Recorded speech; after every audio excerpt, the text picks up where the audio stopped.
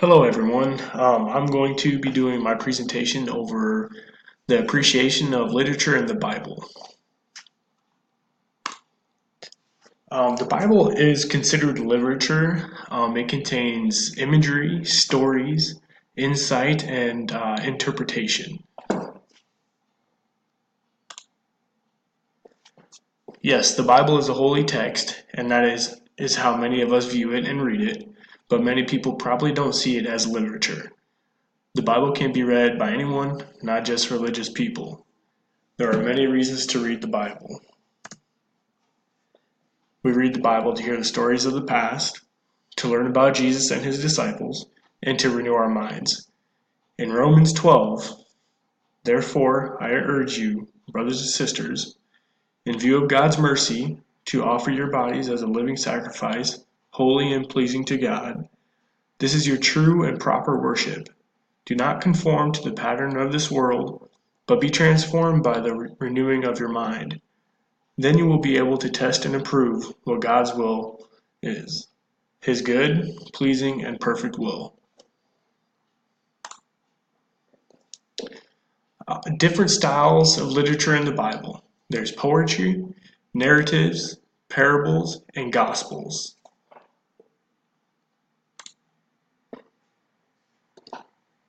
I'm going to be focusing on the book of Genesis and the style of literature for the book.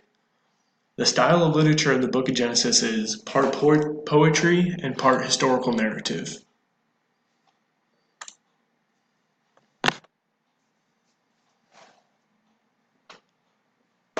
Like I said before, the Bible has tons of imagery, it has plots and themes. Some things in the Bible may seem far-fetched. Reading the Bible can help one with critical thinking as well. The book of Genesis. It's the first book of the Bible. Genesis means origin or birth. It tells the story of how the world and the human race began.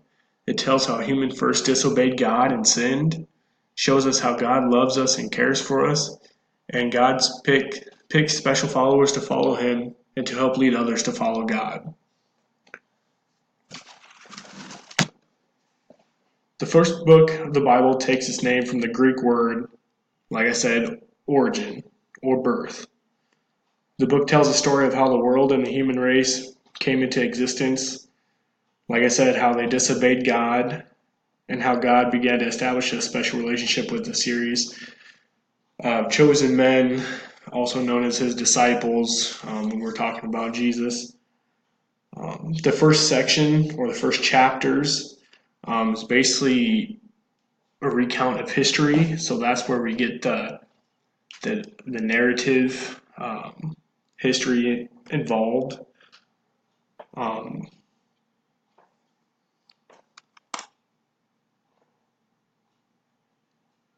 Here's some pictures for you guys. I find Bugs Bunny up there quite funny. A couple quotes from the Bible. Let there be light. Let us make a human. From every fruit of the garden you may surely eat, but from the tree of knowledge, good and evil, you shall not eat. For on the day you eat from it, you are doomed to die. This one at last, bone of my bones and flesh of my flesh, this one shall be called woman. For from man, what this one taken. These quotes are basically alluding to how he created the world, how he made Adam and Eve, and then how Adam and Eve then sinned.